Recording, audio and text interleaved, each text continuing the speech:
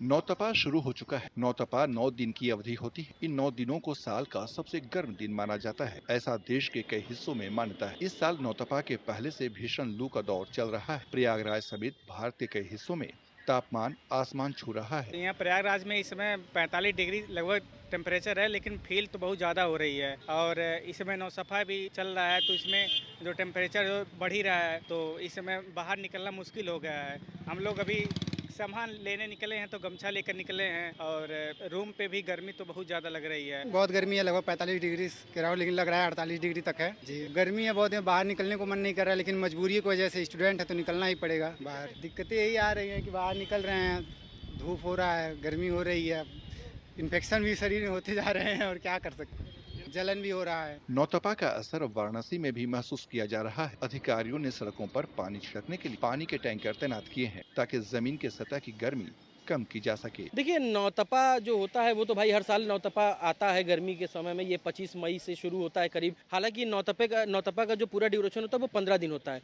जो उसका एक ज्योतिष कारण है और जो धार्मिक कारण है, उसमें ये कहा जाता है कि जब सूर्य कृत्तिका नक्षत्र से निकल करके रोहिणी नक्षत्र में जाता है, तो उस दौरान जो होता है वो पृथ्वी से बिल्कुल नज़दीक हो जाता है सूर्य, जिसके कारण 15 दिन का नौतपा होता है। लेकिन इसमें शुरुआती 9 दिन जो होता है वो सबसे ज़्यादा गर्म होता है, तो इसलिए इसको नौतपा कहा जाता है। 9 दिन की वजह से नौतपा कहा जाता है। कई लोगों का मानना है कि नौतपा खेती के लिए फायदेमंद है। माना जाता है कि तेज गर्मी नुकसानदेह कीड़ों और कीटों को नष्ट कर देती है। इससे मानसून से पहले खेत बेहतर होते हैं। 9 दिन की अवधि में तापमान चरम पर होता है। इन दिनों लंबे समय तक धूप में रहना सेहत के लिए नुकसानदेह होता है। लोगों को हल्के रंग के कपड़े पहनने, खूब पानी पीने और गर्मी से होने वाली बीमारियों से बचने की नसीहत दी जाती है। 25 मई से शुरू हुआ नौतपा 2 जून तक चलेगा।